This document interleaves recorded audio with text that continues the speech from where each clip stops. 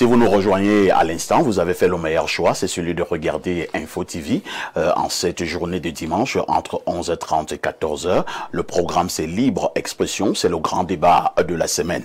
Pierre Blériot-Onyemec, nous prenons donc la dernière ligne droite qui consiste à se poser la question de savoir, parlant de l'élection présidentielle de 2025, parlant de l'élection présidentielle d'octobre à venir, est-ce que le président de la République, son Excellence Paul Biya, peut finalement décider d'aller au village? Et nous avons pour prétexte ce que le président lui-même a dit à une journaliste française lors de la dernière visite du président Macron au Cameroun. Il verra le moment venu par rapport à cette élection s'il va encore être là ou alors il décide d'aller au village. Si le président de la République, M. Paul Biya, décidait d'aller au village, il rendrait au Cameroun l'un des plus beaux services qu'il n'a pas pu rendre dans d'autres circonstances. Tout être lucide, nous parlions là de Camto, c'est le tour du président Paul Biya, tout être lucide nous regarde de manière bizarre quand nous avons un presque centenaire dans les conditions actuelles en Afrique qui se propose ou qu'un parti propose comme candidat à une élection présidentielle. Nous donnons l'impression d'être une nation attardée mentalement, qui n'a pu rien créer. Le RDPC même donne l'impression d'être un parti qui n'a pas pu se régénérer. Parfois ici, j'aime les allégories. Lorsque votre papa que je connais, qui est le mien, qui a 86 ans, si c'est lui qui devait commencer à se remarier maintenant pour faire des enfants, parce que vous êtes incapable de lui donner de la progéniture, comment on verrait ça au village? Vous seriez des enfants de la honte. Heureusement que vous avez donné de la progéniture à votre papa. Je veux dire que le RDPC fait honte. S'il n'a pas pu donner de la progéniture, qu'est-ce que les Saint-Éloi Bidou sont allés faire dans cette affaire-là? Qu'est-ce que c'est que ce parti qui a été monolithique, absolutiste, qui a fabriqué un seul homme qui peut être chef d'État? Je crois que Ahidjo se retourne très mal dans sa tombe. Parce que vous savez, Ahidjo avait 58 ans quand il a appelé les gens autour de lui et qu'il a désigné un homme de 49 ans, donc de 9 ans plus jeune que lui. Il lui a dit, je suis fatigué, je ne me sens pas bien, je pense que tu vas prendre les rênes. Il avait 58 ans, bien presque le double de ça. Donc, c'est quand même ahurissant. Qu'il nous libère, on ne sera plus dans... Parce que même les institutions internationales, même nos partenaires internationaux sont inquiets. Même, je dis, aller à tous les niveaux. Je reçois des messages sur des banquiers qui posent des... faut travailler. C'est même Biya qui inquiète. Sa situation nous inquiète. Comment ça? Le président Paul Biya est dans la situation où était ma grand-mère qui est morte à 102 ans. Chaque fois que je voyageais... Ta grand-mère avait déjà 102 ans. Il n'est pas loin de là. Elle est née du président pratiquement de 10 ans. Chaque fois que je voyageais, mon oreille était tendue de ce côté. Je n'avais pas la paix. Vous voyez? Jusqu'à ce que Dieu la rappelle calmement, je dis que le président Paul Biya n'est plus depuis longtemps l'homme de la situation. Ça, vraiment, on peut aider quand bien. Donc, il faut... Papa Biya, vraiment, tu nous ferais quelque chose, un service grand en te retirant, en décevant ces gens-là, ces faucons du RDPC qui tirent les ficelles, parce qu'aujourd'hui, ce n'est plus toi. Eux, ils font leur business. Ils ont même pris en otage tout le pays. Si tu te retires, ils seront perdus. Parce qu'en fait, si Biya annonce maintenant qu'il se retire, ah ben, ce sera la débandade. C'est compris. Et c'est à ce niveau que je voulais passer la parole à David. David, Pierre Blériot est éclairant. D'ailleurs, il tient ses discours depuis de longs mois. Vous n'êtes pas très loin de ces discours parce que je vous suis également très régulièrement, même ailleurs. Maintenant, est-ce qu'il n'y aurait pas quelques inquiétudes si le président décide, dans quelques jours, c'est un exemple, s'il décide de se retirer en Vomoka, il dit qu'il n'est plus candidat. Est-ce qu'il n'y aura pas également de grosses inquiétudes de ce côté aussi? Non, il n'y aura pas d'inquiétude pour la simple raison que notre pays n'a pas besoin de super-hommes ni de messie. Et d'ailleurs, le messianisme en politique est très dangereux. Il faut sortir de ces logiques-là. C'est ce qu'on voit avec certains acteurs politiques proches de ce que nous dénoncions tout à l'heure. Je suis parfaitement d'accord avec le discours cohérent que Blaireau vient de tenir tout à l'heure. C'est le discours le plus logique qui soit. Quand on est censé, quand on aime ce pays et quand on l'observe avec l'œil avisé que nous prétendons avoir, c'est ce type de discours qu'il faut avoir. En cette circonstance, vous savez, le RDPC n'est pas un parti politique, c'est un agrégat multiethnique d'opportunistes, quelques jouisseurs qui... les expressions ne sont pas fortes. Non, c'est la vérité. C'est un parti d'opportunité. C'est-à-dire que je veux être nommé parce que je suis chef service. Alors j'y entre facilement et puis voilà, j'aurai une lettre de recommandation marquée aux oripeaux RDPC et puis je peux passer sous directeur, etc. La preuve c'est que regardez comment les nominations se font dans notre pays, il n'y a pas de traçabilité. Hein, regardez comment ça se passe. Ça veut dire ce que ça veut dire. C'est le RDPC qui fait du fait dans notre environnement. Donc voilà pourquoi le RDPC existe ici, existe dans notre environnement socio-politique. Maintenant plus loin, toujours sur la même veine dont parlait Blaireau tout à l'heure. Qu'on le veuille ou pas, le président a un certain âge. Récemment, j'ai pris un taxi à Abidjan, au Fort-de-Boigny, pour aller en ville.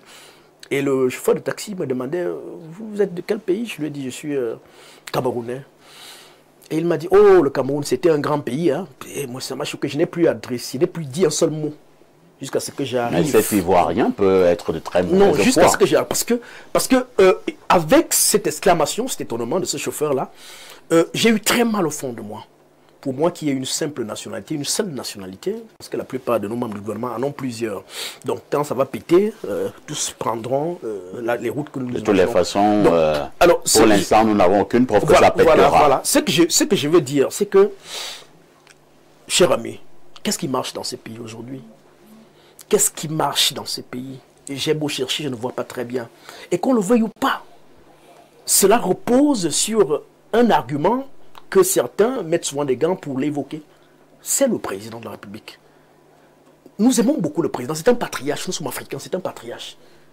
Mais il a un certain âge. Le président a près d'un siècle d'âge aujourd'hui. C'est l'inédit, c'est exceptionnel. Pour nous autres chrétiens, on dit que c'est... il a bénéficié de la grâce exceptionnelle du divin. Et donc, être là relève vraiment du miraculeux. Et dans notre environnement, voir des individus, des membres du gouvernement, des compatriotes, en appeler à sa réélection, ça frise un peu de démence. Oh là là. Oui, parce que je reste dans le bon sens. Ils sont libres d'avoir le choix. Oui, certainement. Tu es libre de voter un bonhomme de 30 ans. Vous avez parfaitement quelqu'un d'autre aussi est libre de voter celui qui a 100 ans. Je reste là sur le bon sens. Sur le bon sens. Est-ce que votre bon sens est le bon sens de tout le monde? Certainement pas. Voilà. Ce que je veux dire, cher ami, laissez-moi aller jusqu'au bout, c'est que est-ce que le président Biya aujourd'hui, tel que l'on voit comment le pays fonctionne, qui était vigoureux, qui contrôlait tout, qui pouvait agir quand on énonçait des cas de corruption dans tel ministère, etc.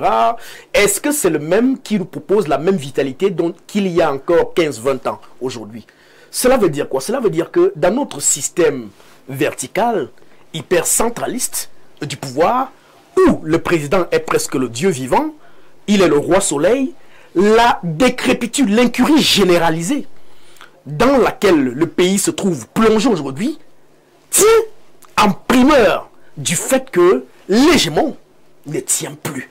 Et les collaborateurs qui sont tout autour, qui ont la bonne information, savent très bien que cet hégémon ne tient plus et donc ne fait plus peur. C'est pour cela que les ministrons se permettent donc de faire... ce sont des ministres, ce sont des ministres, pas des ministres. Oui, des ministres se permettent donc de verser dans le laxisme que nous voyons aujourd'hui.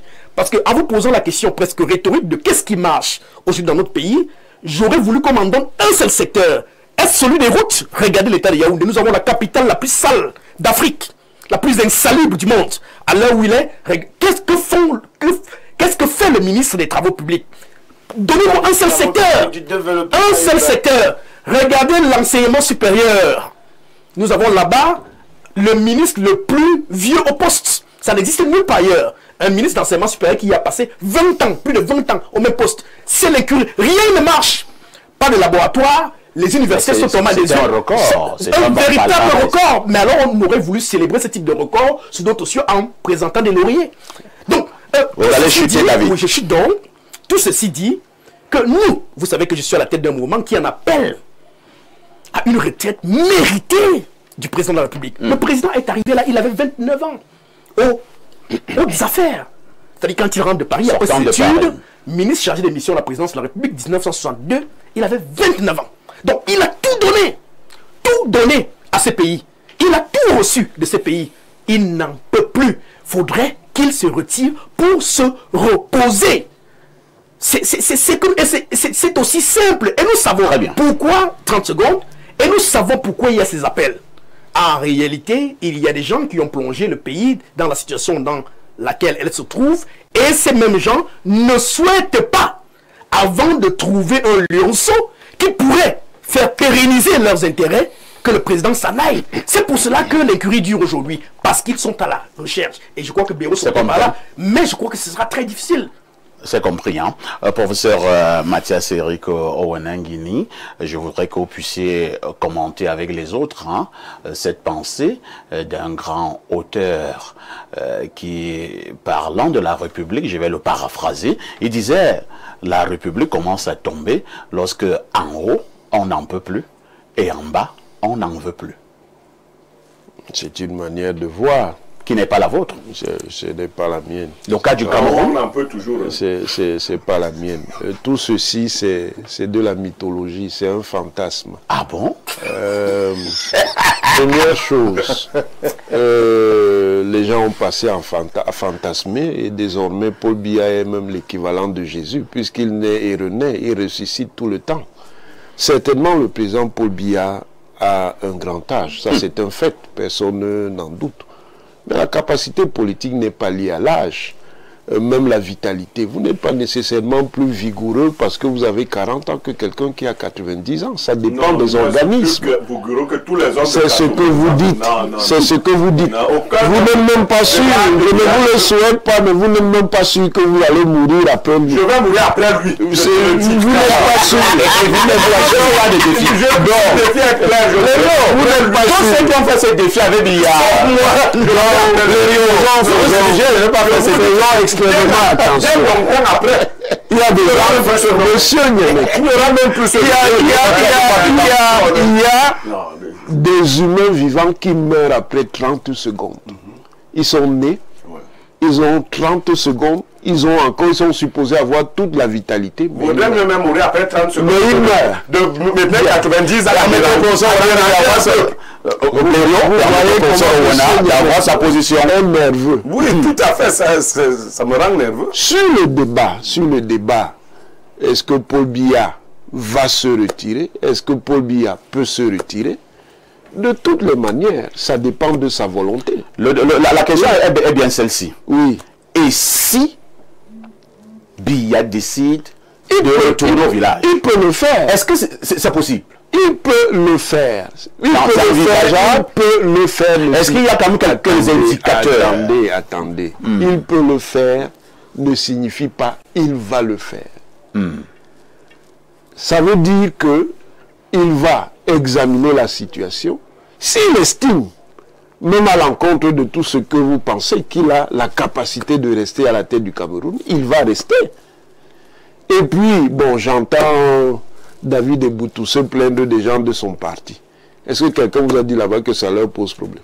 Ça leur pose gravement problème. Oui, mais si ça leur pose problème, pourquoi ils ne le disent pas? Mais ils sont dans une logique. David pense également que ceux qui soutiennent... David pense également, j'espère que c'est lui qui l'a dit, que ceux qui soutiennent une telle candidature ne sont pas très loin de la démence. C'est une manière de penser, mais c'est une manière de penser, mais qui est marquée par l'intolérance. Est-ce qu'il faut tout... Et notre préoccupation, hein, Oui. et là c'est le regard du politologue que j'invoque cette fois-ci, si jamais le président de la République décidait de se retirer, est-ce que ce serait un danger pour le Cameroun ou alors un atout? Monsieur Haïssi, Oui. et je ne voudrais pas dire certaines choses. Si le président Paul Biya dit là qu'il se retire, vous allez voir. On va voir quoi? Mais vous allez voir comment le pays sera secoué. On ne reste pas au pouvoir plus d'une quarantaine d'années et on se retire et les choses sont faciles. Ah bon? Mais c'est évident, non, monsieur Haïssi? Tout baobab finit par tomber. Non, personne n'est éternel. Personne n'est éternel, c'est une évidence. Tous les êtres humains sont le pays, même les empereurs, le pays, même les présidents. Être des secousses si... Non. Il y a ce qu'on appelle en politique les rapports de force. Oui. Quelqu'un ne peut pas être resté 40 ans au pouvoir et son retrait n'entraîne pas des secousses. Maintenant, c'est la maturité du pays qui permet de... Pour le cas du Cameroun, ça peut être quel genre de secousses? Ça peut être d'abord, attendez. Les secousses, ça peut être d'abord pour se disputer sa succession à l'intérieur du RDPC. Parce que, au fur et à mesure que le temps dure, il y a plusieurs générations de personnalités qui occupent des hautes fonctions au sein de l'appareil d'État. Et il est humain que cela sécrète chez eux des ambitions. Donc, s'il y a 1, 2, 3 générations, vous voyez bien que les candidats à la candidature pour reprendre la position seront très nombreux. Sauf que il y a des rapports de force. La politique, je suis désolé pour vous, ce sont des rapports de force. Ça veut dire qu'il ne suffit pas de fantasmer qu'on sera étourdi pour y arriver. Sinon, connaissant notre mentalité de Camerounais, nous serions 30 millions là-bas étourdis. Professeur Onangine, gardez l'ombrique au front. Si dans quelques semaines, le président Paul Biya déçoit ses collaborateurs et qui le supplient de se représenter en octobre prochain en décidant d'aller au village, je pense qu'au niveau du RDPC, on organisera facilement les choses pour désigner celui qui pourra... Ce n'est pas aussi simple que ça, monsieur Haïssi. Mais pourquoi vous voulez tout mystifier? Attendez, c'est pas aussi simple que ça. L'élection présidentielle, c'est en octobre. Oui. Là, nous sommes en juin. Oui. Il reste à peu près 4 ou 5 mois. Vous pensez que c'est évident, alors que cette organisation politique a déjà investi dans une nouvelle candidature du président Paul Biya, qui, que ça vous fasse plaisir ou non, a gagné chaque épreuve. Vous pensez que ça va être facile à ce moment donné qu'ils aient un autre champion dans un temps aussi court? Est-ce que ça ne rejoint donc pas ce que Blériot disait tout à l'heure, et que si le président Paul Biya, après plus de 40 ans à la tête de l'État, et plus de 40 ans naturellement aussi à la tête du RDPC, si nous avons ce genre d'inquiétude, est-ce que ce n'est pas une preuve de ce que le président n'a pas suffisamment assuré son départ? Est-ce qu'il n'y a personne au sein du RDPC qui puisse valablement remplacer le président Paul Biya? Le RDPC a des personnalités qui ont l'expérience des charges publiques à un très haut niveau. Mais même là, ça ne suffit pas. Qu'est-ce qu'il faut? Attendez, ça ne suffit pas. Vous pouvez avoir toute l'expérience nécessaire. Oui.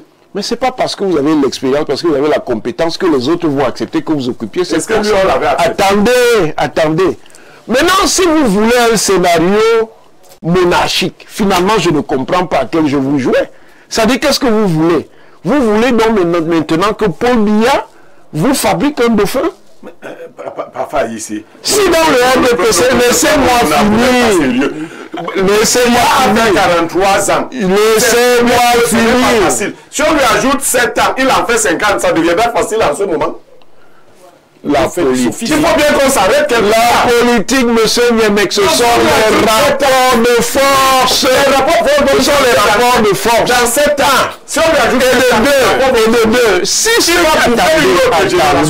attendez. Si ceux qui ont donc des ambitions au sein du RDPC se sentent dans l'inconfort, mais ils sont libres. Ceux qui ont manifesté, ils sont libres d'aller ailleurs. On va passer la parole à quelqu'un d'autre. Ils sont libres d'aller ailleurs. Je sais que ce discours ailleurs parce que c'est sa propriété. Mais je vous dis ce que je veux dire. Pour que les autres ils se sentent... Ne nous énervons pas. Finalement, c'est bien ce que j'avais dit depuis le départ, que vous avez peur du vieux. Non. Vous dites il est fatigué. Vous dites il est ceci, il dit il est cela. Mais est-ce que le fait pour le président Paul Biya d'être candidat vous assure qu'il va gagner? Non. Oui, oui. Dans les conditions actuelles, personne ne peut le voir. Non, vous le savez. Il y a le jeu de l'élection. On va passer la parole à Saint-Éloi Bidon. Saint-Éloi, je souligne, j'espère cette fois-ci vraiment, à bon escient, que vous êtes un ancien membre du Rassemblement démocratique du peuple camerounais. Vous avez même d'ailleurs occupé de très bonnes fonctions de ce côté. Le fait que nous puissions rester sur ce plateau en émettant des réserves sur les capacités de certaines personnes au sein du parti au pouvoir à remplacer, à succéder au président Paul Biya, est-ce que ça ne montre pas justement que nous sommes en train de faire insulte à ces nombreuses personnalités du régime, du RDPC, pour être plus précis? C'est une grosse injure faite à tous ceux qui ont accompagné le président Biya depuis plus de 40 ans. Je refuse de croire que le président Biya serait le meilleur candidat pour le RDPC.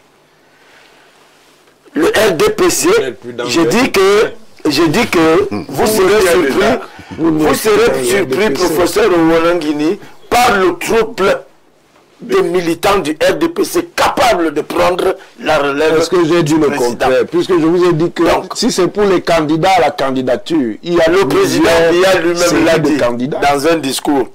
La retraite n'est pas une sanction. Quand Biya est arrivé au pouvoir, j'avais 22 ans. Quand le président Ahidjo quittait le pouvoir, il avait 58 ans.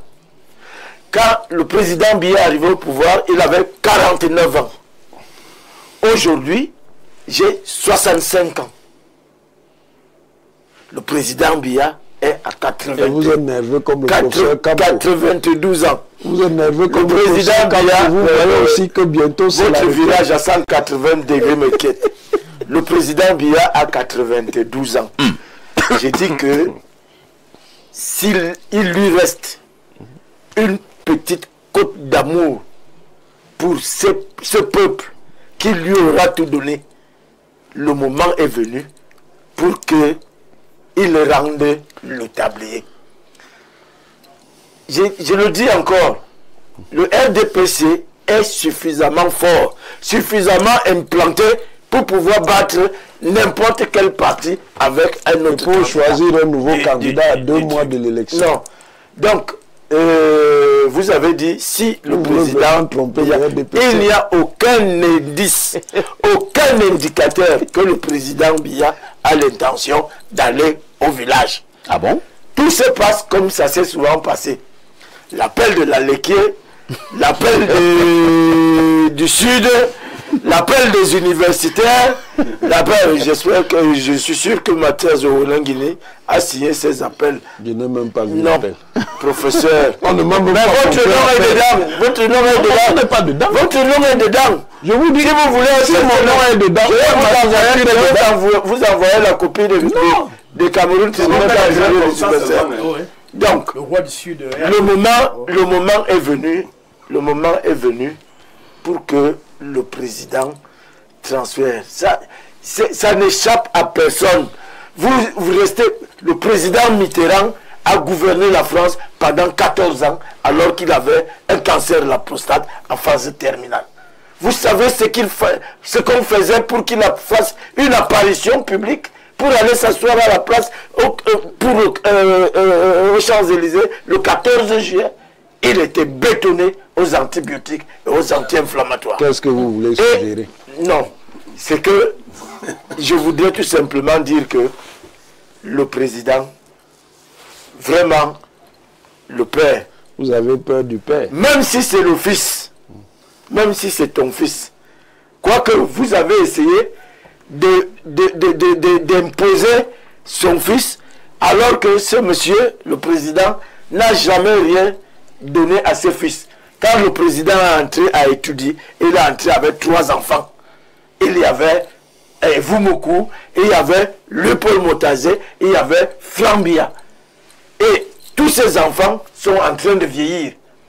Et de toutes les façons, le Paul Motazé est devenu ministre jusqu'aujourd'hui.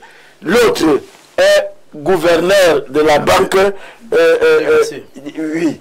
L'autre, Franck Biya, on ne sait pas trop, on ne maîtrise pas trop, mais on sait que vous saurez. On sait que le bois du Cameroun en a souffert. Vous n'avez pas la preuve de vos allégations. Vous n'avez pas la preuve de vos allégations. Vous serez surpris. Et les autres, son entourage, vous avez essayé de lui dire que c'est Franck Biya qui doit le remplacer. Mais le président, il rigole. Comment voulez-vous m'imposer mon fils à qui je n'ai rien donné comme responsabilité? C'est parce qu'il n'a pas confiance en lui. Mais vous dites au président, c'est Franck Biya qu'il faut. Non. Soyons sérieux. Et le président campe donc sur sa position. Il y a les autres. Le président a plein d'enfants. Il y a les Onangini comme ça. Vous pensez que si le président vous faisait la passe, ça allait gêner les Camerounais? Quelqu'un a mis le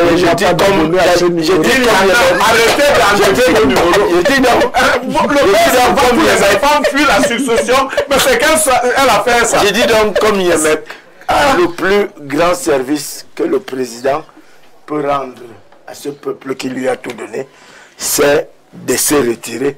Même s'il veut nous désigner un dauphin, nous ne sommes pas contre. Nous sommes partis. Merci, c'est mais vous savez, non, je vais aller au téléphone. Je vais au téléphone, vous avez à conclure. Il s'impatiente encore, le professeur Nkonvondo, à partir de Marseille en France. Professeur Nkonvondo, bonjour une fois de plus et bienvenue au programme. Oui, je me posais la question, c'est de savoir si j'étais encore invité. Bon, bien entendu, vous l'êtes toujours avec toutes vos potentialités. Professeur Nkonvondo, quel est le regard que vous posez sur notre problématique, la deuxième de ce matin, et si Biya décide de retourner au village? Je vous ai dit, lorsque j'ai pris la parole pour la première fois, que je ne regarde pas votre émission à partir de Marseille tout seul. Je suis avec des personnes de multiples nationalités. J'ai envie de vous dire que il fait une quasi-unanimité en ce moment que au Cameroun, nous sommes la risée du monde. Le seul fait d'avoir pour débat un dimanche, débat regardé par des millions de personnes à travers le monde, où on pose le débat sur une éventuelle candidature d'une personne de près de 100 ans qui est appelée à gouverner 30 millions de Camerounais si jamais il accède à ce mandat. Je dis encore que nous sommes, par rapport seulement à ce débat, la risée du monde, pour dire que ce débat, cette question ne devrait même pas se poser. Et pour emprunter des expressions chères à quelqu'un qui est sur votre plateau, j'ai envie de dire c'est du fabla politique, c'est du vaudou politique, et pour utiliser une expression qui est mienne, c'est de la sorcellerie que nous vivons là. Et je suis en train de dire que ceux qui appellent un monsieur de près de 100 ans à être candidat sont des sorciers. Et j'ai envie de dire que celui qui, à près de 100 ans, acceptera être candidat pour diriger ceux qui ont 15 ans, 20 ans, 30 ans. Si, pour dire les choses de la façon la plus crue, je suis convaincu que Paul Biya ne sera pas candidat. Mais comme nous sommes dans le monde de l'absurde, comme nous sommes dans le monde de l'ubuesque, si jamais il est candidat, je dirais alors que Paul Biya est un sorcier. Le mot n'est pas fort puisque ce mot existe dans le dictionnaire. Je vais emprunter une expression qu'avait utilisée un autre de vos panélistes, toujours sur votre chaîne, je crois, et à une autre émission. Il avait dit, pour le citer, Saint-Éloi Bidoum, avait dit, parler de la candidature de Paul Biya à cet âge-là est une criminelle ambition. Oui, il est criminel, de penser un seul instant qu'un monsieur de près de 100 ans va diriger le Cameroun. J'ai environ 60 ans. Dans quelques jours, j'aurai 60 ans. Je suis enseignant à l'université. Je travaille dans le monde intellectuel. Je peux vous dire qu'à cet âge-là, je ne peux plus exercer mes fonctions d'enseignant comme je le faisais lorsque j'avais 30 ans, 40 ans. C'est pour là que dans toute activité, et je prends l'exemple de l'activité universitaire, je me charge, le mois est haïssable, mais je suis obligé de passer par là, je me charge de former. Aujourd'hui, j'en ai formé et des professeurs titulaires, des maîtres de conférences, des chargés de cours, des assistants qui sont appelés à prendre la relève. Personne n'est éternel. J'ai envie de vous dire que autour de moi, les gens ont explosé de rire lorsque tout à l'heure, un de vos panélistes disait que le Cameroun va connaître une secousse, je ne sais pas de quelle amplitude. Tout le monde ici autour de moi s'est mis à rire en se disant, mais même Jésus est arrivé sur terre pour venir sauver l'humanité. Il a été crucifié, il est mort, il s'en est allé, mais le monde a continué à vivre. Un jour viendra, fatalement pour ces paysans, où Paul Biya ne sera pas candidat, où il ne sera plus président, où il ne sera même plus de ce monde. C'est ce qui nous attend nous tous. Mais soyez-en rassurés, eh bien, le soleil continuera à se lever tous les matins à l'est et continuera à se coucher tous les soirs à l'ouest. Professeur Nkoumvanda, sur le soleil, certains ont vécu Professeur Nkoumvanda, les plus cruels de ce monde sont nés, elles ont vécu et un jour ces dictatures-là ont pris fin. Je reste convaincu qu'on a beau débattre, qu'on a beau suggérer, qu'on a beau appeler, qu'on a beau accepter, un jour viendra où le Cameroun sera là et Biya ne sera plus là. Il faut s'y préparer. Et pour se préparer, j'invite mes amis et adversaires du RDPC à se préparer, à préparer une candidature qui est autre que celle de Paul Biya. Peut-être que ce sera aujourd'hui, peut-être que ce sera demain. Dans tous les cas, cette candidature va d'ores et déjà être préparée. Ce n'est pas seulement pour le RDPC, c'est pour le Cameroun tout entier. Parce que il n'est pas bon que nous soyons gouvernés par quelqu'un qui a cet âge-là. J'entends souvent certains nous dire, que l'âge n'est pas un projet politique. Oui, je veux bien, mais il faut comprendre que quelles que soient les compétences qu'on a, à un moment donné, on est affaibli par l'âge, la mémoire est affaiblie, l'intelligence est affaiblie, et nous le savons tous. J'ai l'impression que le professeur Nkoumvanda a un problème de retour. Professeur Nkoumvanda, vous m'écoutez? Je vous écoute cette fois-ci. Mais professeur Nkoumvanda, votre candidat que vous soutenez en ce moment, Maître Akeremouna, lui-même n'est plus trop jeune. Oui, vous savez qu'en 2018, j'ai soutenu la candidature, j'ai investi un candidat jeune. Oui. La mission a été accomplie. Il était question de faire venir dans la vie politique des jeunes qui semblaient ne pas s'y intéresser. Le coup a été réussi. Aujourd'hui, les jeunes sont en politique, les jeunes sont en Assemblée nationale. Aujourd'hui, vous me parlez d'Akeremouna. Et pourquoi vous laissez donc un jeune, comme vous l'avez soutenu en 2018, vous soutenez maintenant quelqu'un qui n'est plus trop jeune? Non. Oui, c'est-à-dire vous naviguez entre jeunesse et vieillesse sans problème. Et le cadet de Paul Biya de 20 ans. En réalité, Akeremouna est le fils de Paul Biya. Et puis, vous voulez bien que je vous l'explique.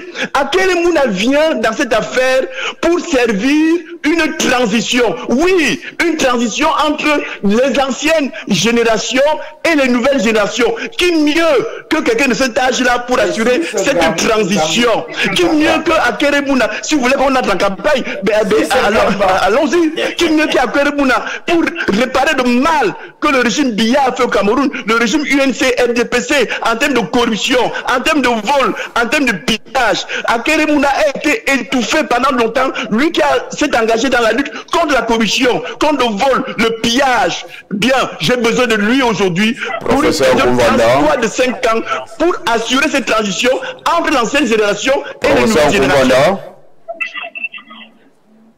Professeur Koumwanda, je vous en prie, je suis à l'écoute. Info TV vous dit merci.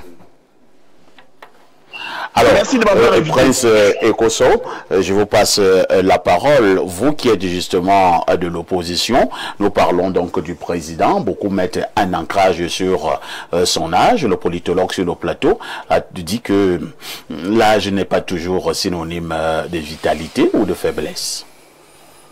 Bon, écoutez, je pense que il y a quelqu'un sur ce plateau qui a suffisamment témoigné du fait que le président Biya a tout donné pour notre pays.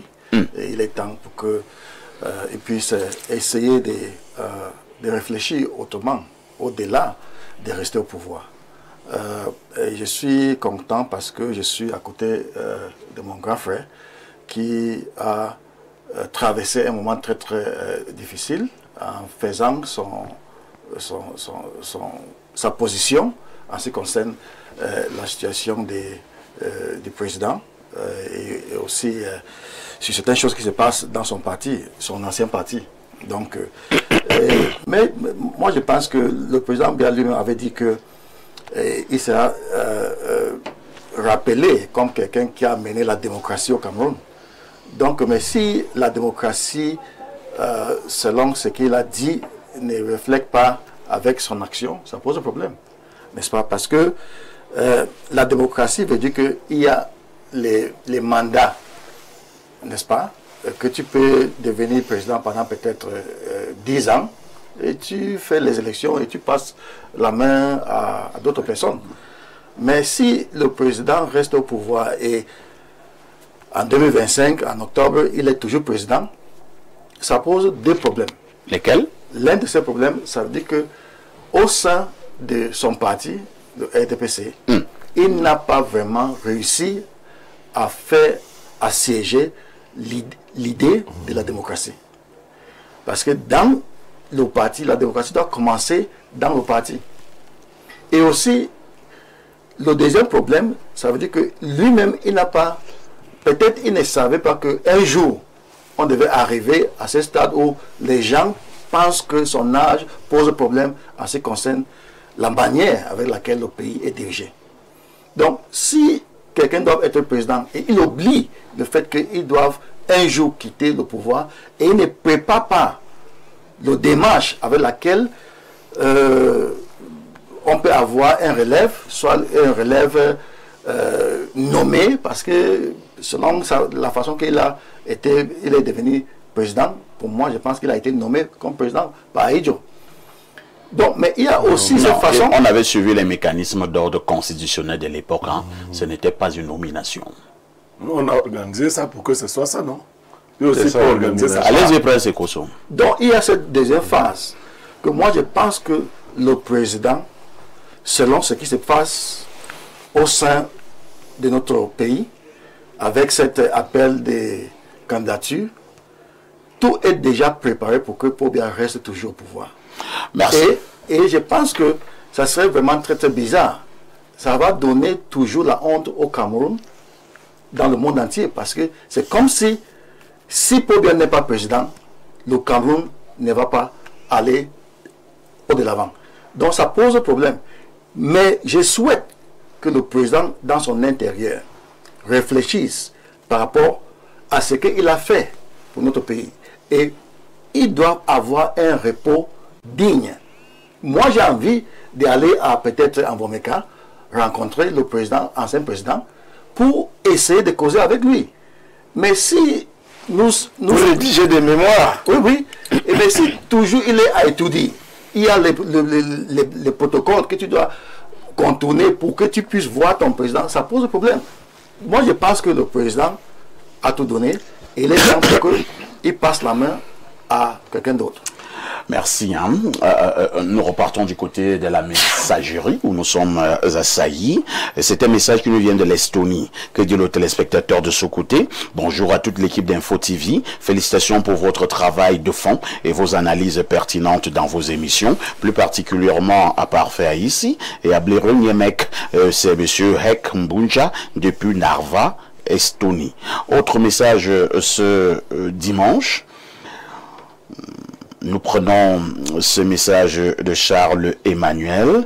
Bonjour Parfait ici, bonne émission. Et très d'accord avec les positions de Blériot et David Eboutou. Beaucoup de cohérence. Par contre, les propositions du professeur Nguini me questionnent et me poussent à mettre en doute ses analyses sur le mandat impératif. Il est plus partisan que politologue.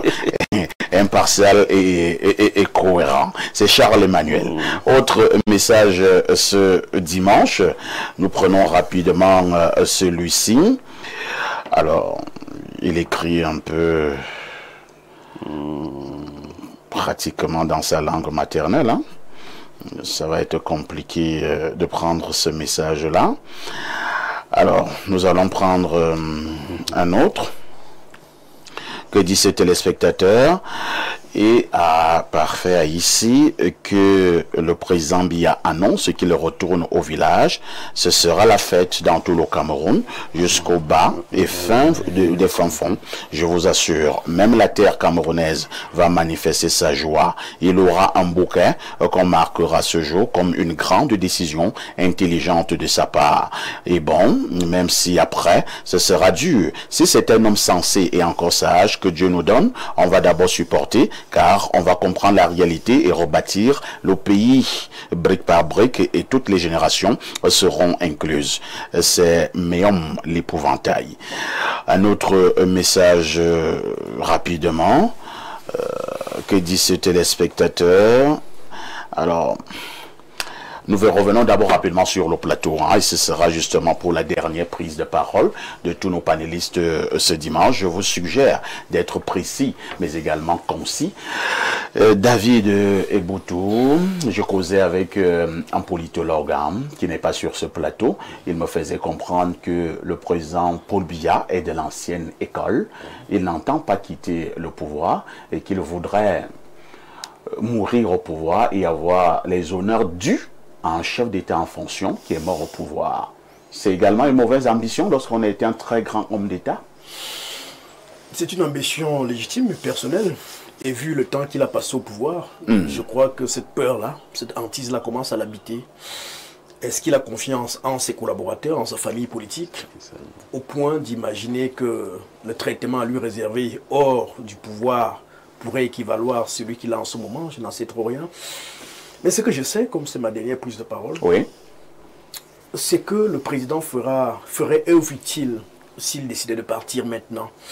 Et moi, je suis de ceux qui se proposent, avec des milliers de jeunes de ma génération, d'accompagner le président s'il décidait de sortir. Nous allons protéger son héritage et le célébrer. Moi, je suis un fils du renouveau. Quand le président arrivait au pouvoir, j'avais 1 an. Et donc je ne connais que M. Biya. Vous voyez, c'est même devenu une question psychologique parce que je ne pense que lui, je ne vois que lui et tout. Donc si le président partait même maintenant, je pourrais passer un moment à vide, hein, à me questionner si je suis encore normal. Parce que je n'ai vu que lui, voyez-vous, c'est comme un père finalement. Et il est devenu une figure tutélaire, psychologique, qui en réalité me hante au quotidien. Donc je ne sais même pas, il y a même une peur à en parler. Voyez-vous, donc c'est un problème psychologique en réalité. C'était à peu près la même chose lorsque le président Paul Biya avait décidé, le président Ahidjo avait décidé de partir du pouvoir. Hein. Il y a même eu une panique parce qu'il y avait justement des gens qui pensaient que quand on dit chef de l'État, ça veut dire Ahidjo.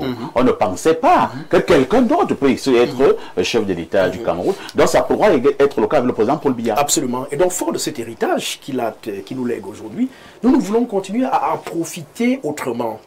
Quelqu'un le disait, s'il va maintenant au village, cela serait facile pour nous d'aller voilà, le solliciter pour avoir quelques lectures en présentiel de sa personne pour comprendre pourquoi à un tel moment il lui est arrivé de prendre tel acte et pas tel autre.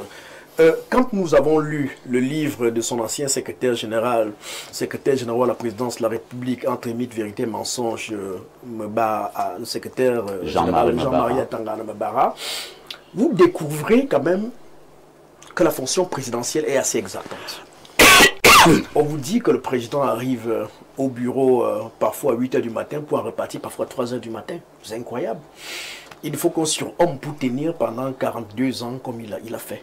Donc nous pensons qu'en dehors de ceux qui remplis de mythomanie aujourd'hui essayent de lui demander de continuer à assurer sa fonction présidentielle, nous qui l'aimons, c'est-à-dire nous les vrais citoyens qui pensons que nous sommes encore un peu lucides, l'invitons à prendre une retraite méritée. David Demoto, oui. J'ai une dernière préoccupation. Lorsque je vous écoute, vous avez la nette impression que ceux qui demandent au président à se représenter en octobre prochain, c'est ceux-là qui n'aiment pas le président. Ils le détestent, ils veulent le tuer. Et vous qui vous demandez au président de prendre une retraite méritée, c'est plutôt vous qui avez un amour pour le président. Absolument, et je vais le redire en d'autres termes. Et je conseille, si le président et ses services spécialisés m'écoutent, qu'il regarde attentivement tout ce qui initie des motions de soutien, d'appel à sa réélection, à sa candidature, d'où dire ou alors d'ordonner quelques enquêtes discrètes et il découvrira des choses.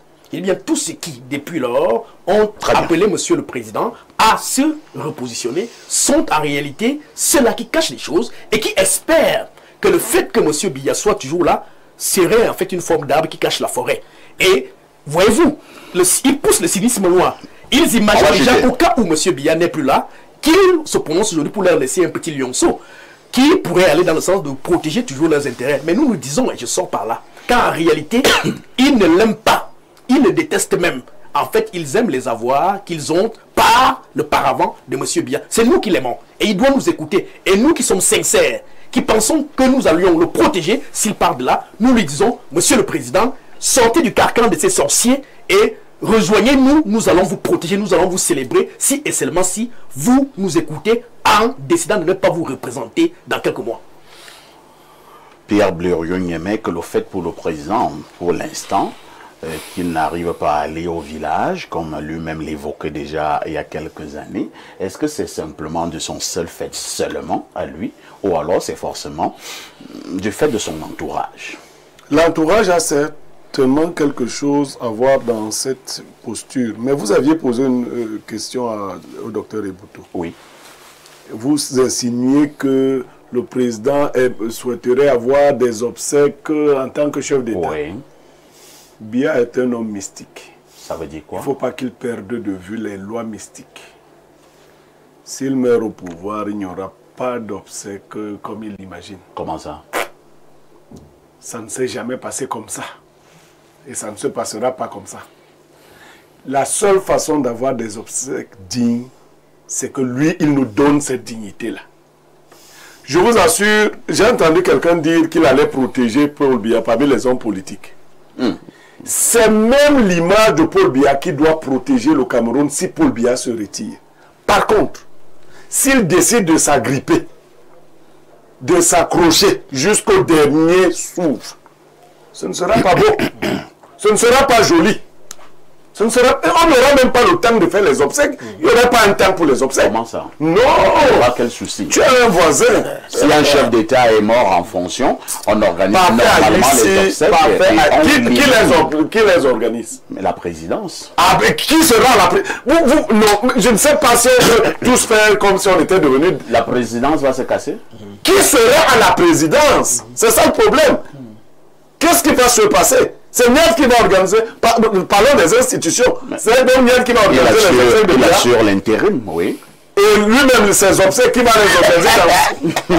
Vraiment, c'est un tohu-bohu indescriptible. Le cas du Cameroun que nous sommes en train de dessiner là n'est pas bon, hein? Merci. C'est une danse dangereuse. Professeur Owenengini, lorsqu'on écoute Blériot, c'est comme si il voit cet avenir légèrement sombre avec les cas de figure que nous prenons sur le plateau. Il est libre de penser ce qu'il veut. Je note simplement qu'il y a des incohérences, mais nous n'avons pas le temps d'y insister. Moi, je dirais deux choses à la fin. Première chose, ne dure pas au pouvoir qui veut. Mais qui peut. Mais qui peut. Deuxième chose. Durer pour durer. Deuxième chose. Paul Biya a déjà le gâteau. Il lui reste la cerise. Ça veut dire quoi? Mais professeur, vous parlez de plus en plus comme Jésus. Le 7 octobre, la cerise va tomber. Saint-Éloi, puisque vous avez donc appelé la parole, Owenengi, fait précéder de professeur, dit que le président Paul Biya a déjà le gâteau, il ne reste que la cerise. Oui, c'est-à-dire le 7 octobre, on a jeté à l'urne Paul Biya et c'est la... Non, je crois que... Et on dira Paul Biya, Ayop, Ayop, Ayop. Ayop, Ayop. Non, je crois que le président Biya aime le pouvoir. Et le pouvoir aussi l'aime, hein? Il n'a pas l'intention. Le pouvoir aussi l'aime. Il n'a pas l'intention de le laisser. Ça lui colle à la peau. Hein. Il n'a pas l'intention de le laisser parce que quand il regarde autour de lui, les loups qu'il a fabriqués lui-même, aucun ne peut lui garantir une retraite paisible. Sauf son épouse, sauf ces 3 enfants que j'ai indiqués là. Donc, et pourquoi on ne lui garantirait pas une retraite paisible? Non, parce que la logique, Onanguini a dit tout à l'heure que la politique c'est des rapports de force. C'est-à-dire que quand quelqu'un arrive au pouvoir, il pour asseoir son pouvoir, il doit d'abord piétiner son prédécesseur. Voilà, c'est tout. Donc, c'est de ça qu'il s'agit. Et je voulais donc dire que le président aime les challenges. Le président aime les challenges. Parce que le président, au cours des 43 ans, a échappé à 7 coups d'État qui ont été habilement organisés. Vous les avez vus? Et il a dit, je vais vous donner le nom. Le coup d'État du 6 avril 1984, il était militaire. Il a échoué. Le coup d'État économique qui a eu lieu, on a mis en faillite 52 fleurons de l'économie camerounaise. Il faut être fort pour pouvoir se relever. Monseigneur Ndogmo avait dit que le jour qu'Mbamileke sera archevêque de Yaoundé, ils prendront le pouvoir. Mais il y a eu Monseigneur Woking. Il y a donc eu Monseigneur Woking à Yaoundé, que le président Biya même a aidé à s'installer. Et il n'y a pas eu. Et ils n'ont pas pris le pouvoir. Il y a eu le coup d'État politique. C'est-à-dire qu'à l'intérieur du RDPC, la Légion Crété a organisé pour couper le président de la République de la base militante. Vous êtes responsable de vos propos. Ce sont ces gens qu'on a appelés les personnalités ressources. On ne va pas continuer dans le coup d'État. Que le président lui-même a désigné comme étant des apprentis sorciers. Très bien. Et il y a eu les hautes instructions. C'est-à-dire que le but de la c'est aussi une forme de coup d'État. Un coup d'État administratif. Il fallait soustraire le président de tous ses moyens de commandement. Et vous avez vu ce que ça produit. Et aujourd'hui, pourquoi il n'y a pas eu de congrès RDPC? C'est parce que à l'intérieur du RDPC, on avait prévu de fabriquer une candidature qui allait surprendre le président Biya. Et il a procédé autrement. Il l'a nommé plus tôt, puisque le... Est-ce que vous n'êtes pas en train de dire des choses très graves là? Je vous dis, au sein du RDPC, si on ne le dit pas, il fabriquer il devait surprendre le président Paul Biya lui-même. Oui, si on ne le dit pas, les gens là vont penser qu'on ne les voit pas. On ne les voit pas, qu'on ne sait pas. Merci. Donc, le président est très attaché au pouvoir. Il aime le pouvoir et il a compris. Et on a compris, Saint-Éloi. On n'a plus de temps là. Je tombe avec vous. Prince debout. Kosso, est-ce que le président peut vous surprendre, vous et moi, en disant qu'il va au village? C'est mon souhait, hein? C'est mon souhait. Parce que... Mais est-ce qu'il peut? C'est difficile. Et pourquoi? Difficile. Parce que si on regarde très bien sur sa manière de fonctionner, durant peut-être 43 ans maintenant, la manière reste le même. C'est-à-dire l'appel à la candidature, ainsi de suite, soutien, motion de soutien, ainsi de suite. Mais vous-même de l'opposition, vous vous formez souvent également hein, pour rejoindre la majorité présidentielle. Non, écoutez... Et on va avoir cette majorité-là dans quelques semaines. Oui, Oui, je voulais utiliser... Après, vous allez toujours accuser le président. Je voulais utiliser cette opportunité pour dire à vous et à tous les téléspectateurs que j'ai fait partie d'un groupe de l'opposition qui ont rédigé une proposition de code électoral. Et malheureusement, cette code électoral n'a pas été acceptée par le pouvoir en place. Mais au sein de nous, nous sommes en train d'essayer de vouloir créer pour avoir une candidature consensuelle. Donc, peut-être par là, on va essayer, comme mon grand frère vient de dire, que le président aime le challenge. C'est par cette voie-là, et je pense que mon frère David est aussi dans cette même lancée, nous allons avoir une candidature consensuelle qui va faire bouger, n'est-ce pas, cette élection d'octobre 2025. Il ne me reste qu'à dire merci à ces invités qui nous ont accompagnés ce matin. Merci au professeur Wanangini, merci au prince Ekoso, merci à Saint-Éloi Bidon, merci à Pierre Blériot-Niameg, merci au docteur David Boutou. L'émission est à présent terminée. Ne ratez surtout pas la rediffusion, la première ce soir à partir de 21h. Demain également, ce sera la deuxième rediffusion à partir de 14h. Nous disons merci à toutes nos équipes rédactionnelles, mais également toutes nos équipes techniques. Je souhaite à tous et à toutes de passer une agréable fin de semaine. Avec tout ceci, que faites-vous encore ailleurs?